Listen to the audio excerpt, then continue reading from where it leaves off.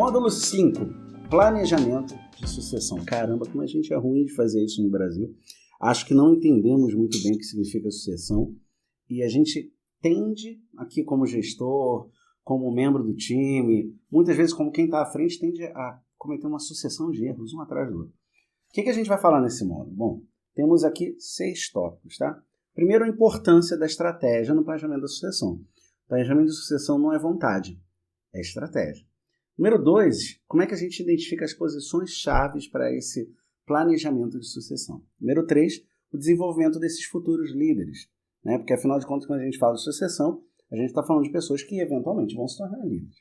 Número 4, a gente vai falar sobre a avaliação dos sucessores em potencial. Eles ainda não são sucessores. Número 5, a gente vai falar sobre planejamento de carreira e retenção de talentos, e aí a gente fala sobre a gestão da transição.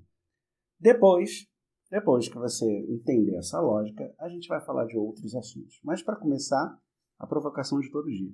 Já leu o material? Não? Não leu? Pode parar, dá pause, volta depois, vai ler o que eu escrevi para você, vai buscar as referências que eu coloquei lá, lê lá as matérias, os artigos científicos. Depois que você se preparou, volta aqui para a gente conversar, tá bom? Então, vou dar pausa. Vai lá. Vamos em frente. Vamos começar então a falar um pouco sobre planejamento de sucessão. Bom, qual a importância da estratégia do planejamento de sucessão e como é que a gente identifica as posições-chave, que são os primeiros 2 assuntos que a gente tem que abordar. Primeiro, é importante a gente ter certeza que a sucessão não é preencher um buraco quando um líder vai embora. Nossa, o diretor pediu demissão. Nossa, o fulano de tal, que era o head de marketing, foi contratado pela outra empresa. Nossa, a nossa CFO foi embora. Não é isso. Tá? Então eu resolvi fazer uma lista do que não é, para começar. 5 coisas que não é planejamento de sucessão. Não é acelerar o processo de contratação, não tem nada a ver com isso. Não serve para você contratar ou colocar de volta staff que você perdeu de uma forma mais rápida, não tem nada a ver com isso. Número 2, não é você já ter uma base de currículos e candidatos pré-selecionados aí, para na hora que um gestor, um diretor, alguém te faz uma demanda de uma vaga, você vai lá rapidinho e resolve. Não é isso. Número 3, não é escolher antecipadamente quem vai ser o próximo líder de uma forma rígida. Fulano vai ser o próximo líder, então vai ser o fulano. Não é isso. Número 4, não é deixar o líder atual escolher o próximo. Parece que é, mas não é. Isso não funciona no plano de sucessão. Número 5, muito menos deixar que a maré leve, que as coisas aconteçam assim, deixa a vida me levar, né? Não é isso. Mas se não é isso, Márcio, o que é o raio do plano de sucessão? Bom, ele é composto também de 5 coisas.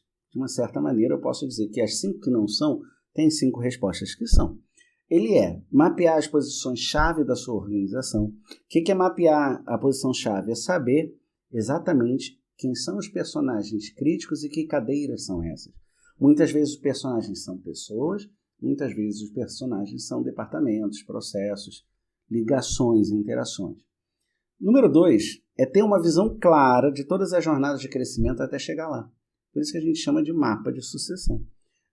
Você não pode simplesmente criar uma cadeira, uma vaga, um head count, um número e largar ele lá. Tem que ter um jeito de eu chegar lá. Saindo de onde? De qualquer lugar de dentro da empresa. Nem todos os caminhos vão te levar a todas as cadeiras, como um labirinto. Mas você precisa desenhar esse labirinto. Número 3 é aplicar cenários de disrupção, que a gente é muito ruim de fazer isso. Pensando nas posições de pesos e probabilidade de ocorrência. É como se a gente pensasse assim, mas se acontecer tal coisa, o que eu faço? Se eu perder o fulano, é a mesma coisa que eu perder a cicrana? Ou a consequência de um e o outro não estão na mesma escala? O negócio sofre mais com um do que sofre com o outro. Os times, os processos, os resultados. Esse pensar em cenários de disrupção é papel do DHO. Muito mais do que os gestores, do que o conselho, do que o C-Level. É o seu papel, tá bom? Número 4. Ter plano de mitigação para cada um desses cenários malucos que você pensar. A gente tem um problema de Business Continuous Plan no Brasil. Nós não aprendemos a fazer o tal do BCP. É por isso que a pandemia foi tão devastadora no mundo todo, mas também foi devastadora no Brasil, porque ninguém se preparou para e se todo mundo tiver que trabalhar de casa? Nós precisamos ter planos de continuidade. Isso é papel do DHO. Não é tema do que a gente vai fazer agora, porque ele é extremamente específico do seu negócio. Então não tinha uma forma de eu criar aqui um curso que você aprendesse para todos os negócios possíveis. Mas vamos fazer um exercício? Se você trabalha com logística e você tem uma empresa com 4 armazéns que recebem ali o material do seu cliente, ok? Do seu cliente, e você leva ao cliente do seu cliente, você entrega. Tipo aqueles modelos transitórios de cross-docking, né? Falando de uma coisa mais corriqueira, porque o Mercado Livre, todas as lojas de marketplace, você já acostumou a fazer compra. Então imagina que você é um fornecedor de armazém. Você vai pegar lá, vai armazenar o seu armazém e quando o seu cliente mandar, você vai entregar no endereço XYZ. Isso é o seu negócio. Um BCP diz assim, o que eu farei se o armazém da rua Joaquina pegar fogo? O que eu farei se por acaso houver uma enchente que me bloqueie sair do armazém da rua Astrogina? Isso é um BCP. O que eu farei se o líder de armazém, durante a noite, o armazém for invadido, houver um furto e eles forem presos como stretch, com aquele plástico? Já aconteceu comigo, viu? Já aconteceu com os meus filhos. O que você vai fazer? Qual é o seu business continuous plan? Independente do processo de segurança, do procedimento de segurança, como é que você mantém o negócio flutuando? Ok? Isso é o BCP. Bom, número 5 e último, criar plano de preparação para os novos colaboradores, para que eles possam ocupar as posições sem que você perca conhecimento dentro do negócio. Parece que não, né? A gente fez aquele desenho todo aqui do MBTI e eu vou te falar um negócio, eu nem vou interagir com esse aqui não. Eu vou deixar isso quietinho, vou virar a página, nós vamos para um outro pensamento aqui, falando sobre essa questão dos planos de sucessão. Então, se vocês me permitem, quero compartilhar a minha visão sobre isso. A primeira coisa é, que posições você tem no seu negócio? Bom, é difícil da gente começar por aí, mas é o melhor jeito de fazer, por incrível que pareça. Comece pensando, eu gosto de ensinar por planilhas, não é? Detesto a planilha, gente. Detesto. Acho que planilha é uma entrada de banco de dados. Porém, para racionalizar o lógico, ela te ajuda muito.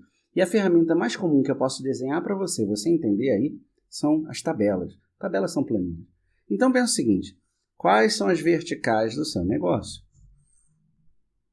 Vamos pensar nas verticais como colunas, tá bom? A primeira é back-office. No back-office eu tenho marketing, eu tenho RH, talvez eu tenha contadoria, back-office. A segunda é logística. Digamos que seja uma empresa que entrega produtos, tá bom? Logística é o transporte de entrada e saída. A terceira é produção. A quarta é projeto. O projeto cria projetos para que a produção produza, a logística entregue, transporte entregue. A logística também traz insumos para que o projeto que foi projetado seja entregue pela produção. E todo mundo é coordenado pelo back-office, pelo BO. Tá claro? Beleza. E agora, mas faço o que com essa maluquice? É com esse problema. Aí você vai fazer uma linha. Ou uma não exagero. Antes de eu pintar, vou até fazer logo. Vai fazer várias linhas. Quantas linhas? Não sei. Depende do seu negócio. Agora, todo mundo é vital? Também não sei. Eu posso dar um testemunho para vocês. Ó. Uma vez, um cliente meu, era uma indústria, esse cliente. Ele tinha lá no back-office 2 posições muito peculiares. Muito peculiares. De baixo escalão, ou seja, dentro da hierarquia do negócio, eles não eram tão relevantes. Um era o porteiro. O amarelo, perdão. Desculpem. Vamos de cinza. Um era o porteiro. Seu Mário, que era o porteiro. E o outro era a Wanda. Wanda era a secretária. A secretária de quê? De tudo. Todo mundo pedia tudo para a Wanda. Wanda era aquela que ajudava todo mundo. A função da Wanda era ser secretária de todo mundo. Ela não era exatamente secretária, era uma colaboradora que estava lá há muito tempo, e os proprietários gostavam muito dela e pediam muita coisa para ela. Então ela era a pessoa que fazia do cafezinho a comprar o papel higiênico para o banheiro. E essas 2 pessoas estavam aqui mapeadas como, olha, a linha sucessória aqui é muito baixa, está tudo bem. Pois é, aconteceu o quê? No mesmo período, ambos se afastaram. A Wanda teve um problema de saúde grave, a saúde dela deteriorou e ela resolveu que ia se aposentar. Então a Wanda foi um buraco aberto sem reposição imediata. E o porteiro, seu Mário estava cansado e resolveu voltar para a terra dele. Ele era do sul, voltou e abriu um buraco de porteiro, cujo back-office resolveu o quê? Resolver, assim, tapar o buraco com uma empresa. Então contratou uma empresa terceirizada e colocou no lugar do seu Mário. Aparentemente não tem nada demais, né? Que história idiota, Márcio. Não é não. sabe o que aconteceu? Os procedimentos da portaria dependiam tão particularmente do seu Mário que produtos que tinham que chegar para a logística foram interrompidos, pedidos de reposição que normalmente a Wanda fazia ficaram interrompidos, o projeto estava aguardando uma série de visitas especiais de fornecedores, de colaboradores, de contrapartidas de projetos, ou seja, outras empresas dando contrapartidas, que eram coordenadas, adivinha por quem? Pela Wanda. Mas aí, como a Wanda tinha ido embora e não teve reposição, o projeto ficou sem saber com quem falar, como é que eu contato aquelas pessoas. Para piorar, o seu Mário, ele tinha meio que a agenda das pessoas com telefone, com contato de todo mundo que visitava, porque ele fazia aquele cadastro. E o cadastro dele, apesar de digital, ele tinha um caderninho. O projeto também perdeu acesso a essa informação e perdeu o histórico do que estava acontecendo, ficando ali imobilizado para andar com as coisas. Posições críticas, percebeu? Posições críticas não sucessórias. Agora imagina se é um gerente de departamento, imagina se é um líder de RH, imagina se é alguém com conhecimento técnico aprofundado, específico, como, por exemplo, uma especialista líder de farmácia, uma farmacóloga. Se a gente não mapeia isso aqui, a gente não sabe o que pode acontecer. Não conseguimos criar planos para que isso aqui não crie um distúrbio tão grande no negócio. Tá bom, mas e aí? Aí que vem o e aí, né, gente? Eu ainda não passei dos 2 primeiros. Bom, como é que você faz, então? Número 1, faz a lista. Considera as áreas críticas e os departamentos críticos. Pode se fazer por linha e coluna, funciona bem. Depois, lista os efeitos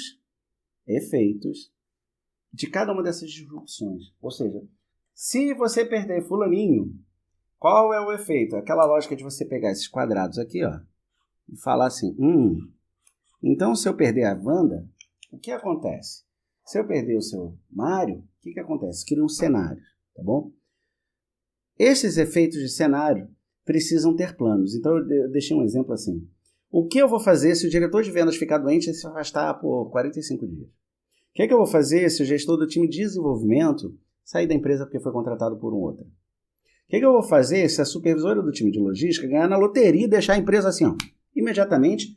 Enfim, crie cenários hipotéticos para essas posições críticas e tente entender o que você vai fazer para mitigar, porque você não vai resolver. Você não controla se a pessoa vai ficar doente nem se ela vai sair da empresa, certo?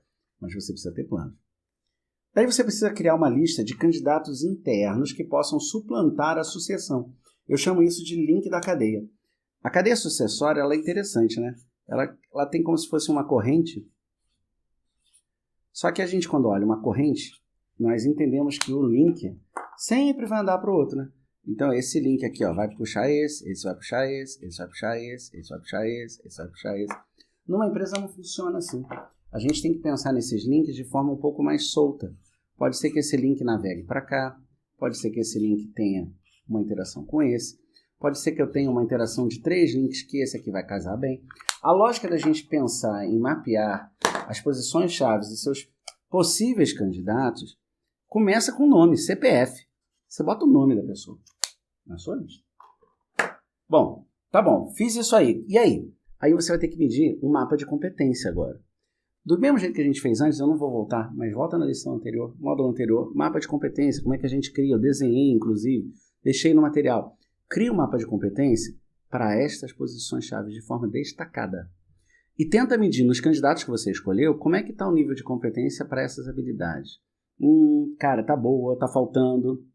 Tá bom, cria um plano de ação agora. Para cada um desses candidatos ocupar essa cadeira. Que habilidade ele precisa desenvolver, que habilidade ele precisa adquirir, que habilidade ele precisa melhorar. Essa lógica, ela junta 2 coisas. A identificação, né, da posição-chave e como tratar ela, qual a estratégia de tratar ela. Mas ela não te diz como é que eu desenvolvo um novo líder. E aí a gente vai para o próximo assunto, que é o desenvolvimento do futuro líder. Bom, se eu sei que eu posso criar programas de desenvolvimento, se eu posso usar coaching, como é que eu vou criar esse líder sucessório? Bom, não entra no desespero para começar. Se você começar a pensar, agora o negócio é trazer alguém de fora, é o único jeito, o candidato de fora. Mas não é bem assim, porque a curva de aprendizado de alguém que está vindo de fora, mesmo que seja do mercado, vai tornar ele menos eficaz do que aquilo que você imaginava. Você tem que pensar em continuidade a longo prazo, além de você, além de todos que estão na empresa. Como é que a empresa sobrevive? A manutenção, o crescimento, a expansão, o amadurecimento propriamente dito desses colaboradores que são a massa e as suas competências e habilidades pessoais vão ser efetivamente aquilo que vai levar a empresa ao sucesso a longo prazo. Então, a primeira pergunta que eu provoco para você é assim, putz, estou preparado para isso? O que eu quero dizer com isso? Revisa os seus processos internos aí. Vê se, por exemplo, como é que são as demandas do dia a dia. Vê se funciona a promoção hoje do jeito que é sucessória, ou se ela é uma consequência de mapas de carreira, de avaliação de performance, de ferramentas dos líderes. Pensa qual é a curva de aprendizado para cada uma das funções das posições chaves que você identificou. Como é que é? Aqui é mais rápido, aqui é mais demorado, aqui eu clico e já faço. Você tem que sempre lembrar que aqui a gente vai falar das carreiras WTI, tá? Mas eu já explico elas daqui a pouquinho. Pensa o seguinte, todas as jornadas são válidas, inclusive a WTI, para uma linha sucessória. Então, como é que eu ajusto a minha habilidade, a minha experiência e a necessidade de cada posição-chave? Não é formatar a pessoa para entrar ali, é trazer pessoas com capacidades, competências, habilidades que vão fazer bem aquela função. Segunda pergunta importante para você fazer. Eu tenho recurso e tempo para fazer isso? Recurso. Pensa o seguinte, você quer plantar morango, tá bom? Você quer colher o morango, ninguém quer plantar o morango, todo mundo quer colher o morango. Para colher o morango eu preciso plantar o morango, portanto, você quer plantar o morango. Só que você não tem nem a terra ainda. Nem existe a terra. Então, nesse caso, corre lá no supermercado, compra o morango e vai ver a sua terra, vai preparar, vê o que você precisa para preparar a terra para o morango, planta o morango, faz as duas coisas ao mesmo tempo. Então, se você estiver aqui numa linha sucessória, buscar alguém de fora, corre lá e busca. Porém, faça a preparação deste candidato e de todos os outros sucessórios enquanto busca, ao mesmo tempo, o tempo todo. É interessante que a gente precisa começar pensando assim, deixa eu ver os colaboradores que estão em posição-chave primeiro hoje. Aí você bota o nomezinho dele lá. Mas por que ela é especial? Por que essa pessoa está sentada nessa cadeira? O que ela tem de especial? O que ela faz? Como é que ela age? O que os times esperam dessa pessoa? O que a pessoa espera dos seus times? Faz ali, com calma, um entendimento do que você precisa atender no futuro. E vai comprando seu morango lá fora. Traga o seu personagem externo. Nem sempre a gente vai ter solução dentro de casa, tá? Número 4. Qual é o seu objetivo? O que você quer fazer? Pensa primeiro, analisa com o seu time, valida com a direção do negócio quais são os objetivos da preparação dessa sucessão. Você quer preparar a sucessão porque os filhos do dono não vão assumir o negócio e daqui a 10 anos o dono não vai estar mais aí? Você quer preparar a sucessão porque é um cargo de alta rotatividade e com alta competitividade de mercado você está sempre perdendo pessoas? Você quer preparar a sucessão porque a sua ideia é expandir a empresa e criar uma nova unidade de negócio em outro estado? Para isso você precisa capacitar todo mundo aqui, depois que tiver todo mundo bonitinho, você pode expandir para outro estado? Qual é o objetivo? Analisa, vai lá, pensa, mas eu digo o seguinte, tem dois vieses, tá? Para você construir os aspectos da linha sucessiva. O primeiro viés é o viés da promoção. Qual é o viés da promoção? A cadeira ocupada pelo próximo link da sua corrente. Simples. Quase todo mundo faz assim. É um pouco a revelia das habilidades que você quer ou que a pessoa adquiriu. Ele tem muito a ver com o tempo e a hierarquia. Ok? Eu diria que mais de 70% das empresas no Brasil vão nessa linha. A segunda é do melhor ajuste, o best fit. O melhor ajuste é você mantém o que você já construiu, mas precisa evoluir com um novo líder que é um pouco mais do que o anterior. Tem habilidades novas, tem capacidades novas. Essa lógica da corrente que puxa para fora, ele puxa a sucessão, ela não é empurrada. Porque, naturalmente, novos talentos vão entrando aí nessa linha sucessória. E aí, poxa, Márcio, me dá uma explicação como é que eu faço isso. Eu escrevi 7 passos e vou dar para você os 7 passos. Tem muito jeito de fazer. Na apostila, inclusive, faz de outro jeito que eu não estou falando aqui, mas vamos lá, 7 passos. Faz o primeiro. Programa de capacitação de sucessão.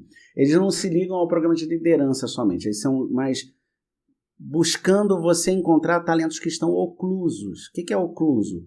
Alguma coisa na frente daquele talento faz com que você não perceba que existe um talento ali. Seja o dia a dia, seja onde ele está, seja o time que está trabalhando, seja o gestor, não importa. Tem talentos escondidos. Então, cria um programa de capacitação sucessória dos talentos oclusos. Número 2, cria desafio aberto. De tempo em tempo, vai lá e cria um desafio dentro da empresa para qualquer um participar da solução. Quando é qualquer um, é qualquer um. O desafio pode ser do marketing.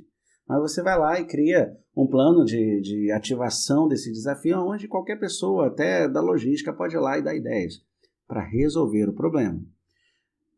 Qual é o objetivo disso aqui? O objetivo disso aqui é o livro do Malcolm. Eu não sei se eu já falei do Malcolm Gladwell, eu acho que está escrito no material. Ele tem um livro chamado Outlier. Já ouviram falar de Outlier? Não sei. Como não dá para vocês me responderem, vai aqui um desenho do que é um Outlier. Digamos que você está fazendo um mapa, e nesse mapa você está buscando a performance das pessoas dentro do seu ambiente, naquele nível hierárquico. Então você está olhando assim, todos os meus coordenadores têm os seguintes resultados. Olha, está todo mundo aqui, ó. Cada coordenador é uma bolinha. Bolinha. Legal, cara. Então os meus coordenadores eu plotei aqui. Aqui estão os resultados de performance em habilidade social ou de gestão dirigida dos meus, por exemplo, coordenadores. E aí? Tem uma galera que aparece aqui. 3 pessoas apareceram lá totalmente loucas. Que você fala assim, mas como que isso aconteceu? E apareceram uns 2 aqui, ó. Ué, o que é isso, Márcio? Esses são chamados outliers.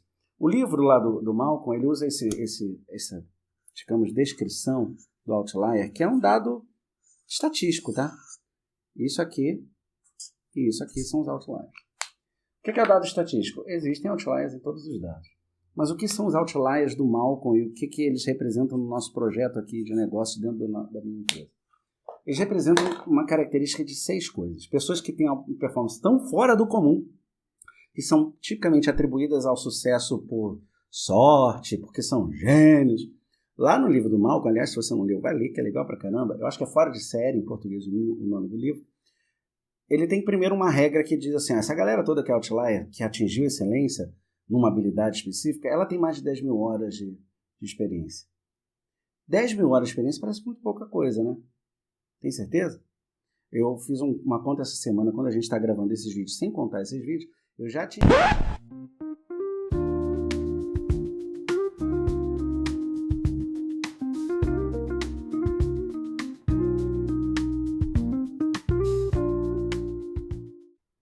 Segunda coisa que ele fala, a oportunidade e o contexto são importantes. Ele diz assim, o sucesso não é uma questão de talento, envolve estar no lugar certo e no momento certo.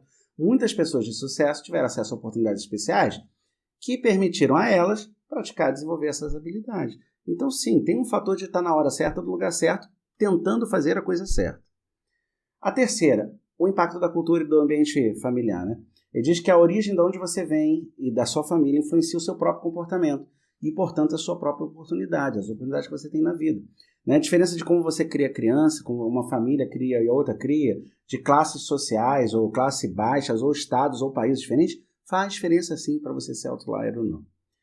Depois você tem um efeito acumulativo de vantagens, onde uma pequena vantagem do começo se acumula ao longo da sua vida e você se torna um outlier porque acumulou essa vantagem. Então você, quando era jovem, você estava lá na faixa dos 12, 13 anos, na década de 80, e achava tão legal as músicas em inglês que você resolveu aprender a cantar inglês e por causa disso você aprendeu a língua inglês e aí você dominou a fluência do inglês sem fazer curso quando você tinha 15 anos. Essa pequena vantagem no começo se acumula ao longo da sua vida. Quando você tiver 50, você vai ter muita vantagem que veio através do seu domínio da língua lá atrás. Isso é vantagem que se acumula. A importância de dados do contexto histórico. Ele diz que na época que você nasce, influencia. Se a gente olhar Steve Jobs, Bill Gates e mais uma turma toda aí, eles são pessoas nascidas na década de 70, atingindo ali na década de 80 e para frente a sua maturidade e geraram grandes impactos tecnológicos. Por quê? Porque eles nasceram em períodos específicos para aproveitar essa revolução. Estava na hora certa, no lugar certo. Por fim, ele fala que o que não aparece nos outliers, é uma coisa que menos aparece, é o resultado do trabalho em equipe. Eles não são sozinhos. Se eu falar de novo do Jobs, quem você lembra? Quem era parceiro do Jobs? O Wozniak. Pois é, não foi o Jobs sozinho. E o time todo que ele criou. Percebe como existe, então, um grupo de coisas que acontecem para você definir o outlier? Então eu volto. Os desafios são formas de fazer os outliers da sua empresa aparecerem. Crie desafios de tempos em tempos. Faça um chamamento para um problema grande que você tem no seu time que você está atuando como DHO. Depois, utilize a mentoria, o coaching. Prefiro mentoria. Coaching e mentoria tem um grau de diferenciação na forma como atua, como uma recompensa e não como uma correção de comportamento. É diferente a perspectiva, percebe? Então, você tem que focar em construir, não em modificar. Tem que focar ali a mentoria para dentro do seu time de sucessão buscando o mentor interno primeiro, o externo de acordo com cada desafio, com cada objetivo da sucessão. Crie, então, a mentoria como uma forma de fazer esses links se movimentarem. Andarmos para baixo, para cima, para o lado, para frente, para trás. Depois, determine prazo e objetivo para a sucessão. Então, você fala assim, um programa de trainee que eu vou fazer aqui tem um objetivo claro. Eu quero um novo gerente nacional em logística em 2 anos. Um exemplo. Objetivos claros, com prazos claros. Depois, faz um programa de rotação. Já ouviu falar em programa de rotação? Você quer que de tempos em tempos, você abra espaço para que os profissionais rodem dentro dos departamentos, dentro das verticais que a gente tanto fala. Tenham experiências e perspectivas diferentes de negócio e acabem beneficiando a própria empresa, além de si mesmo, através desse viés de uma nova releitura dos processos. Te digo, quanto mais departamento e silo tem uma empresa, quanto mais burocracia ela tem, mais a rotação temporal é positiva. Não é porque fez uma vez que basta, não tem que fazer de novo. Cria um programa de reciclagem de liderança. Sabe o que é reciclagem de liderança? É parecido com esse anterior, só que quem vai fazer são os líderes. Você troca o líder de lugar.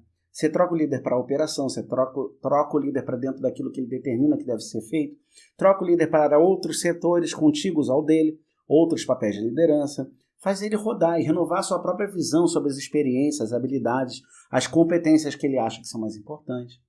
Ok?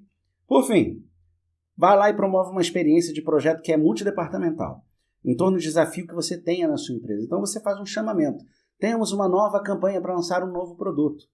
Precisamos do marketing, usando o meu exemplo aqui, né? Do projeto, da produção e da logística. Um exemplo de um projeto multidepartamental. Tá claro, são 7 passos simples para você começar a colocar em atuação e entender um pouco desse desenvolvimento dos seus futuros líderes. Tem muito mais no material que você leu e eu não vou falar a mesma coisa que está escrito lá. Ok? Complemente seus estudos aí. Número 7 do nosso tema. Como é que eu avalio o sucessor, então, em termos de potencial? Putz, é difícil. Porque no dia a dia, a gente perde a vista do que a gente quer buscar se construir ali a médio prazo, a longo prazo dentro da empresa. Se você não quiser impedir que os sucessores também desapareçam, você vai ter que criar um processo de avaliação muito específico para indicar os índices que você quer olhar e o que você tem que observar a médio, curto e longo prazo. Você vai ter que criar uma espécie de roteiro. Não tem jeito não. Criar um roteiro, uma instrução de trabalho, um hábito, um propósito naquilo que você faz com o seu time.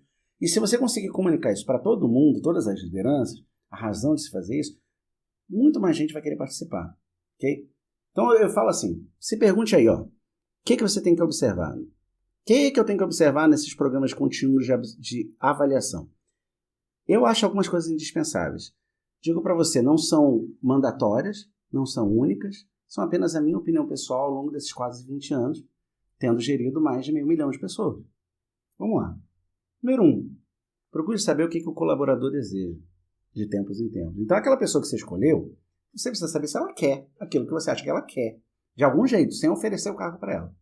Difícil, né? Pois é. Neurociência, neurocomportamento, programação neural, tudo isso você vai ter que usar. Psicologia humana, né? Você vai ter que encontrar uma maneira de medir o quanto o cenário dele ocupar aquela cadeira lá é relevante para aquele colaborador, de algum jeito. Número 2, você tem que se perguntar, a empresa vai abrir o espaço? Então você botou lá um prazo, um tempo, o ideal. Você vai medindo a possibilidade de, o cara chegou, tá pronto, e agora? O sucessor vai ser colocado na posição que está programada para ele ou se ele não for, o que você vai fazer? Você vai largar ele para lá? Você vem programando e ele não senta na cadeira. E aí? O que acontece? Aí você traz um talento de fora. O que acontece? Prepare um plano para isso. E o terceiro, a empresa permite espaço para falha? A sucessão ela não pode ser uma folha em branco, sabe? Não pode ser assim, igual o meu desenho aqui, e cada um que vem faz de um jeito. Não, não pode. Ela tem que ser algo que permita o erro. Ok? Margem de erro nula? Não dá, gente. Não dá. Você precisa criar uma métrica aí e pensar o que é justo a longo prazo para medir se aquela pessoa está andando na direção que vai servir para sentar naquela cadeira da posição-chave. Quem é a melhor pessoa para aquela posição-chave que você mapeou? Será que é o mesmo nome que começou? Se permita esses ajustes, essas reflexões, porque elas vão ser importantes para o próximo passo. O que eu digo para você? Eu digo o seguinte, olha, quer fazer? Vou dar um roteirinho de cinco etapas aí, ó. Primeiro, depois que você fez a lista lá das habilidades, da posição, cria uns índices concretos para você aferir se o nome que você escolheu e o time escolheu estão mantendo o trajeto para aquela direção. Pode ser que não. Pode ser que ele já tenha se desviado, né? Muito comum a gente pensar assim, puxa, aquele nome lá foi o líder de sucessão do comercial. Essa pessoa nós vamos botar aqui na jornada, ele vai ser o novo diretor comercial. E aí passou um tempo, um monte de coisa aconteceu, ele acabou depois de um tempo sendo o CFO. Ué, como? Pois é. Você tá vendo? Ninguém cogitou ele ser o CFO e você também não se preparou para essa jornada. Você não adaptou a sua jornada. Número 2, identificar as habilidades indispensáveis. Indispensável é diferente de desejável. Desejável é além do esperado. São 3 coisas. O que é indispensável? Volta na aula 3 ou 2, onde eu botei lá um ranking com você, botei peso, lembra? Desenhei aqui no nosso bloco. Não vou voltar, não. Volta lá na aula. O que é indispensável? Essa aqui tem que ter. Não tem jeito. Não tem conversa. Tem que ter. O que é desejável? Pô, seria bom se ainda soubesse essa além dessa. E o que é além do esperado? Nossa, além dessas que eu falei, o cara ainda faz isso e faz aquilo, aquela candidata é assim, assado. Então cria esse mapinha, tá? E categorize para cada um dos nomes da sua lista de sucessão. O que as pessoas têm em cada um desses, para cada uma das posições-chave. Nunca tem um candidato só para cada posição-chave, viu? Cuidado. Hein? Número 3. Cria a alternativa dos nomes e das origens, combinando a jornada interna, mas considera a contratação de um externo também. Porque essa é a realidade, talvez você não tenha tempo nem recurso, lembra? Então, você tem que ter um onboard olhando as duas pessoas, o que está chegando de fora, caindo de paraquedas, e o onboard de alguém que está vindo na jornada de sucessão. O seu onboard precisa prever 2 caminhos diferentes, simultâneos. Número 4, montar o plano de desenvolvimento individual, tal do PDI, olhando o nome desses candidatos que você colocou aí com o seu time. Se você colocou nome, CPF que eu falo, você vai ter que alinhar a visão, os líderes de cada uma dessas pessoas e pensar que essa é uma fase extremamente estratégica. É a altíssima relevância dela, porque não pode ser feito só do DHO para a pessoa. Tem que passar pelo time de direção, tem que ser reservada a direção à decisão, os nomes, a caminho, o que eu vou incentivar aquela pessoa a buscar. É muito estratégico para a empresa, porque pode ser que aquela pessoa nem sente nessa cadeira, mas você precisa ter um plano. E esse plano é feito com a direção geral da companhia. Por fim, quinto, criar rota alternativa, permitindo que você traga um sucessor que não estava ali na lista ou que não cumpra plenamente os requisitos estabelecidos que você tinha pensado. Você precisa trazer, às vezes, um sucessor que não está pronto. Você criou uma jornada, ele estava lá, tem plano de PDI, mas está correndo atrás, mas ainda falta isso, falta aquilo. Pois é, mas aí a pessoa que estava na cadeira foi embora. Você vai fazer o quê? Cria um plano de trazer essa pessoa, mesmo que ela não esteja plenamente pronta. Por isso que a mentoria reversa é tão importante nessa hora, viu? Quando a gente olha esse conjunto da obra, eu falo lá de algumas ferramentas, né? E eu achei que vale a pena eu fazer alguns comentários sobre as ferramentas que eu estou sugerindo para vocês. Elas não são, de forma alguma, todas as possíveis de você usar. Tem muito mais, mas eu escolhi um pouco ali para te dar uma visão de começar. De onde eu começo, Márcio? Começa por ali. Um lugar seguro, com as informações que eu estou te dando. Depois, extravase. Vai buscar o que é melhor, mais sistemas, processos, serviços, empresas. Corre atrás, tá bom? Mas vamos lá. Considera o seguinte, você tem que olhar para essa questão de sucessão tudo ao mesmo tempo. Você tem que lembrar que a adaptabilidade, a capacidade de adaptação, né, emocional para um líder é um fator indispensável para você escolher quem vai ser o líder. Você tem que lembrar que os líderes e candidatos estão ali o tempo inteiro trabalhando. Então, para você saber como a coisa funciona, tenha lá o estudo da Neuroscience for Leadership que eu falo, você precisa colocar em situações simuladas e controladas esses líderes e candidatos em cenários de estresse, de alta pressão. Porque vão se destacar aqueles que mantiverem a calma. Vão se destacar aqueles que são um pouco mais prontos a manter a clareza da comunicação. Isso é que você está buscando. Esses são os outliers, tá vendo? Quando a gente volta para olhar as ferramentas, eu peguei o seguinte, deixa eu pensar algumas coisas. Quando eu falo da posição-chave lá, que eu já desenhei, eu sugiro para você fazer algumas coisinhas. Faz várias rodadas com os líderes e com os influenciadores dos líderes, para você detectar as posições-chave. Depois, mapeia os impactos de disrupções de cada uma das posições separadamente. Não tenta fazer tudo ao mesmo tempo, não. Depois, descobre na lista, né, bota o nome, quem é indispensável pelo negócio que você faz, pela forma como você trabalha, como a empresa funciona. Vai ter nome que você vai ver que é indispensável. Porque se você ficar sem, é que nem o pobrezinho do seu Mário ou da Wanda aqui. Depois faz uma análise de função estratégica com a descrição das responsabilidades, né, das dependências e quem tem influência cultural sobre o resto. É muito curioso que posições-chave às vezes vão muito além do departamento ou do setor onde elas estão sentadas, viu? Tem influências comportamentais, culturais a outras pessoas que não estão ali. Se você passou por todas essas fases e você conseguiu desenhar uma visão integrativa de tudo, você vai ter um dado sério, pesado, bonito para o seu negócio, olhando o mapeamento perfeito de ordem. Isso vai ser relevante para sempre para o negócio, estando você ou não. Daí eu falo também sobre os mapas de WTI. Eu acho que eu já falei sobre eles em outro ponto, mas o que eu quero dizer? Cara, não esquece que WTI tem a ver com verticais diferentes e níveis de entendimento ou aprofundamento ou especialidade diferentes. O que é o WTI? São profissionais que navegam de diferentes posições, sempre buscando, às vezes, ir para frente ou ir para trás. Ele tende a fazer um W ou um T, se ele for de vasto conhecimento amplo de verticais diferentes e profundamente técnico em um, ou I, quando ele é o famoso especialista, que sabe muito sobre a mesma coisa. Então, as carreiras WTI têm que estar mapeadas aí com as suas habilidades. Para você criar esses mapas de carreira, você prefere que seja mais real do que sentimental. O que eu quero dizer? Identifica quais são as verticais de verdade para o seu negócio. Independente do que você tem lá de acordo do Ministério do Trabalho, esquece tudo isso nesse momento, mas faz assim, olha, vendas e marketing, combina, é a mesma coisa, são duas coisas diferentes. Desenvolvimento e atendimento ao cliente, é a mesma coisa, são coisas diferentes, sei lá, logística e industrial. Escolha o que faz sentido aí no seu negócio, na sua realidade, e faz suas verticais. Depois, esse nível de amadurecimento, esse nível de especialidade, ele não tem a ver com o nome de cargo, não. Você pode botar índice, nome, apelido. O que ele tem a ver o número 3 é número 3 no marketing, é número 3 na vendas, é número 3 no desenvolvimento, entendeu? É um nível que tem que ser horizontal para todo mundo. Depois, você vai marcar as células aqui, ó, buscando criar esses caminhos que eu criei, para valer. É possível o cara sair do nível 2 do marketing e entrar no nível 4 de vendas. Ou é possível ele sair do número 4 de vendas e entrar no nível 2 aqui de finanças, por exemplo. E aí você vai conseguir fazer o WTI de uma forma mais visual na sua própria planilha. Você pode rabiscar ela se você quiser. Sempre sugiro que você comece com rabisco e depois evolua para a ferramenta, tá? Esse mapa de habilidade tipo, a maneira como você entende as habilidades do seu negócio, eles são indispensáveis para a gente poder fazer a última etapa, que é um mapa que vai te levar a um plano. Esse plano é o plano de transição. Como é que eu saio de onde eu estou para onde eu vou? Todo plano de carreira, de sucessão, tem que ter uma área meio diagrama de Venn, né? Ele tem que ter aquela área que isso é eu hoje, isso sou eu amanhã, isso aqui sou eu no futuro. Esta interposição, ela precisa criar aqui, ó, o plano de transição.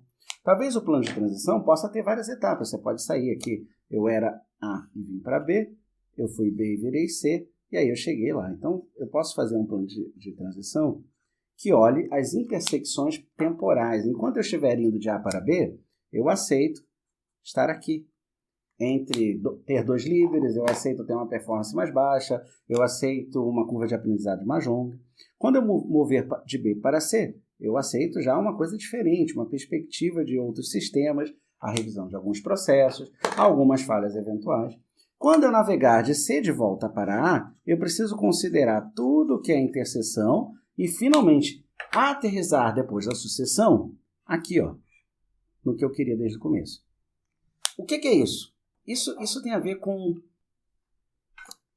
tudo que você faz na empresa. Desligamento, férias, rotatividade, sucessão. Tem tanto cenário que eu não vou nem tentar listar. Se você criar um plano de transição para todos os eventos, você consegue ficar muito mais esperto, mais esperta na maneira de se preparar para eventuais disrupções, tá? Sempre tenta criar ele, pelo menos para as posições mais críticas. Pelo menos. Não vou dizer para criar tudo porque não dá, gente. Menor que seja a empresa, você não vai conseguir. Pelo menos para as mais críticas, mas olhe para aquelas que têm absenteísmo com impacto nos resultados, onde falta muita gente e isso impacta o resultado, e naquela que tem alta rotatividade. Se você tiver essas três, você não precisa fazer mais nada. Posição-chave, alto absenteísmo ou absenteísmo de impacto, ou seja, onde quando a pessoa falta, faz falta, e a rotatividade dos colaboradores. Fez isso aí? Você está perfeito para mandar bala para o seu plano de transição, tá bom? Lá no material eu falo, inclusive, sobre como é que você certifica que isso está funcionando bem, que é o depois, avaliar, acompanhar depois de feita a transição, quando você chega aqui no meio. Tem várias formas de você manter esse negócio vivo, né? Você tem que deixar um espaço, que é a informação mais importante que eu quero deixar aqui, para voltar para trás. Você tem que ter um espaço de voltar de C para B, de B para A. Tem que ter um plano para isso, tem que ter um certo jogo de cintura que te permita retroceder naquilo que você achava que era e, no final das contas, não era o que você achou que era. Tá claro? No material você já sabe lá, tem planilha para você olhar e fazer diagnóstico, tem as tabelas para te ajudar a entender esse negócio, tem o teste para você fazer, tem como você se experimentar com perguntas que eu deixo lá para te ajudar a tomar a decisão de cada uma da etapa. Então vai lá, vai no material agora e usa a parte interativa. Rabisca, testa, critica, concorda, discorda. No próximo módulo, a gente vai se ver lá já já. Que é o módulo 6, a gente vai falar das estratégias de motivação. Como é que a gente mantém um ambiente saudável, produtivo, fértil para os colaboradores do ambiente que a gente está, tá bom? Então a gente se vê lá, próximo módulo, módulo 6. A paz. Até lá.